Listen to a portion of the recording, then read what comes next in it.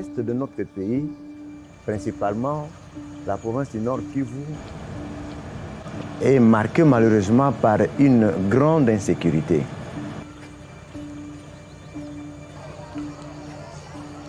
Et cette insécurité est occasionnée par la prolifération de groupes armés rebelles qui pullulent les coins de toutes ces provinces-là. Principalement dans les territoires de Walikale, où il y a une grande forêt équatoriale et qui est sous-peuplée. En 2009, il s'est créé un groupe armé dénommé NDC, Nduma Defense of Congo, dont le commandant, le fondateur était M. Thabo Taberi Tcheka, dit Tcheka. Ce monsieur, c'était un opérateur économique qui travaillait dans les mines.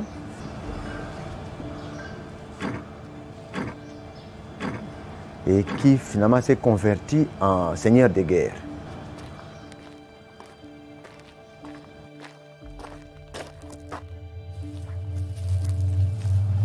Il a créé un groupe qui était très structuré, vraiment organisé. C'était pratiquement à l'est le groupe le plus organisé, où il y avait des unités de brigades, de bataillons, de compagnies.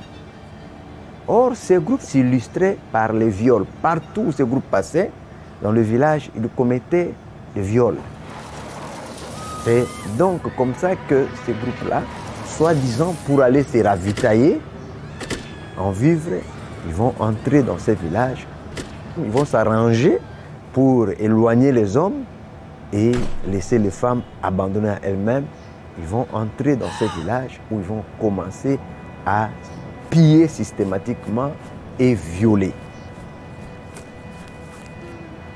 On dit qu'il y a à peu près 300 femmes de tous les âges, jeunes filles, vieilles mamans, qui ont été violées pendant 4 jours successivement.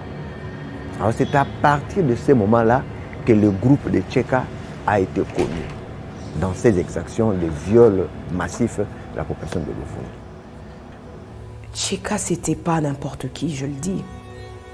Tcheka a commis des crimes à large échelle qu'on n'ait jamais connus, je crois, en République démocratique du Congo. 387 victimes de viol. Les victimes sont femmes, les victimes sont des enfants. Il faut relire les procès-verbaux pour comprendre ce qu'a été Tcheka. Dans certains procès-verbaux, on a démontré comment ces éléments ont égorgé les personnes et mettre la tête de ces gens sur des piquets et marcher dans toutes les rues des villages pour dire voilà ce qui vous attend si vous n'arrivez pas, n'est-ce pas, à dénoncer ce qu'ils appelaient ennemis. C'était le moment pour dire la vérité et il faut affronter les conséquences de la vérité. C'est ainsi qu'à partir de ce qui était commis à Luvungi, ça a fait tellement fait de bruit que les autorités congolaises de la justice sont décidées de poursuivre. C'est ainsi qu'en 2010 déjà, un dossier a été ouvert contre Tcheka. Acculé de toutes parts, il était affaibli, il n'avait plus de choix que de se rendre. Alors qu'il va se rendre à la MONUSCO. La MONUSCO va les livrer à la justice congolaise et les poursuites ont commencé.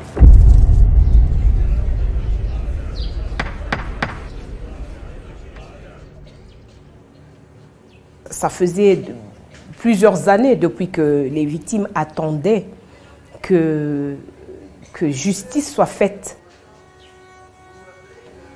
Et c'était ça la question. Comment atteindre des victimes? Est-ce que les victimes veulent encore aller en justice? Pour la plupart, elles avaient peur d'affronter Tcheka. Certaines d'entre les victimes étaient prêtes, mais d'autres avaient peur. Pendant les audiences, Tcheka est entré en contact avec certaines victimes pour les intimider. Et ça jouait en défaveur de la comparution de plusieurs autres victimes plus tard.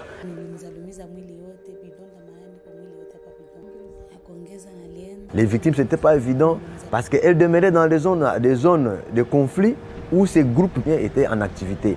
Donc c'était difficile pour les acteurs judiciaires congolais d'accéder dans les zones où se sont commis ces crimes pour enquêter, pour aller documenter les faits.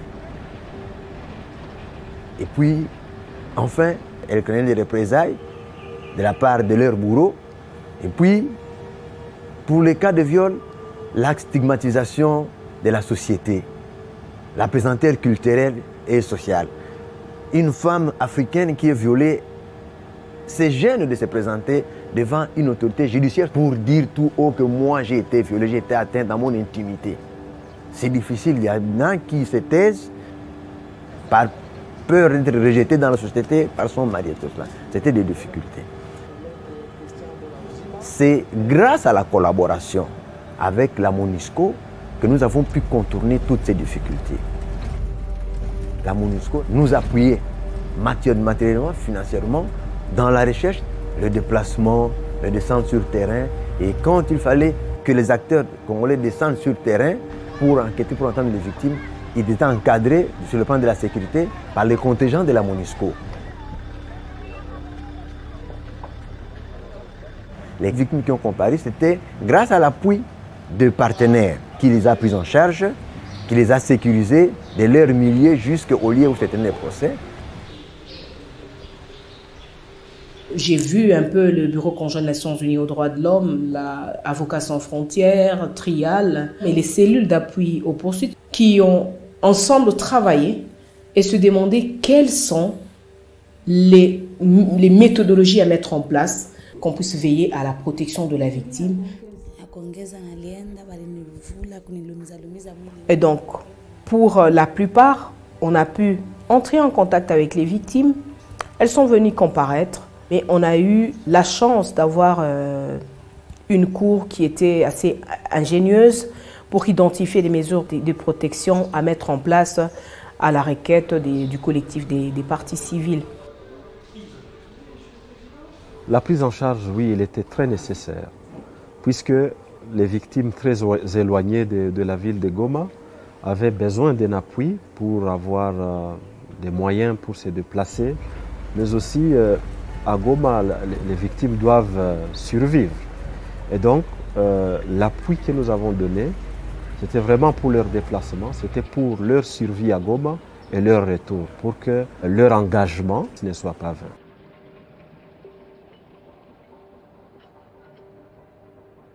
Le témoignage a joué une place très importante. Pourquoi? Parce que, figurez-vous que ces crimes ont été jugés 10 ans après qu'ils aient été commis. Le témoignage était l'ultime recours du procureur pour prouver que les crimes ont été commis.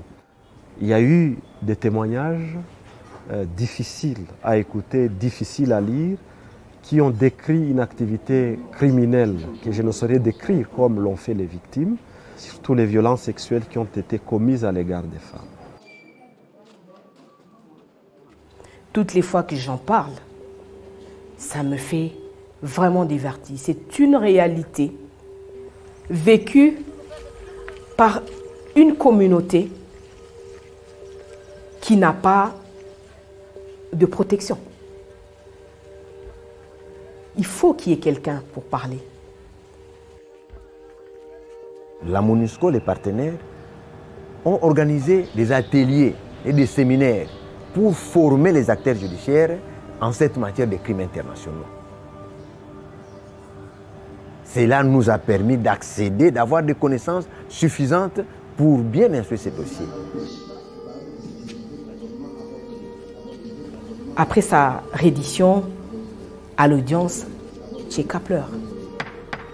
Les larmes d'un prévenu sont des réponses. Et je crois que Tcheka s'était rendu compte qu'il était seul dans tout ça. Il devait assumer ses actes.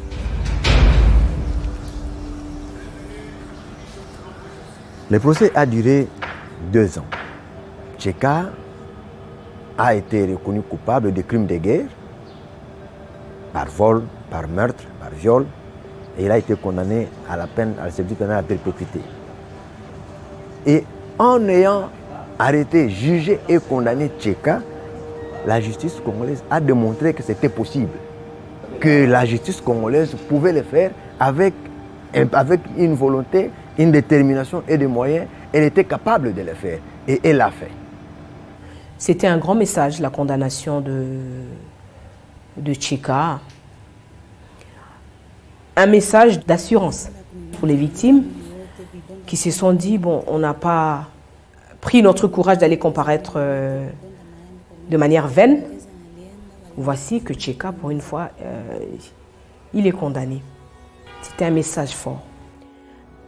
Vraiment, il a été très nécessaire que ce procès ait lieu pour décourager les criminels qui sont encore dans la brousse, qui continuent à commettre des actes inhumains à l'égard des populations civiles innocentes. Je souhaite vraiment que ce procès serve de leçon dans ce sens. Ce n'était pas évident que nous puissions comme ça appliquer cette matière sur le terrain et arriver avec succès à ce résultat. C'est une fierté pour moi-même et pour mon pays, pour la justice congolaise. On ne peut pas parler de la démocratie sans un état de droit. L'état de droit est un gage de la démocratie. Et l'état de droit, c'est la lutte contre l'impunité. Par le fait que Tcheka ait été jugé et condamné, c'est une preuve que l'état de droit existe, parce qu'on ne peut pas rester impuni alors qu'on a commis des crimes les plus graves, les plus abominables.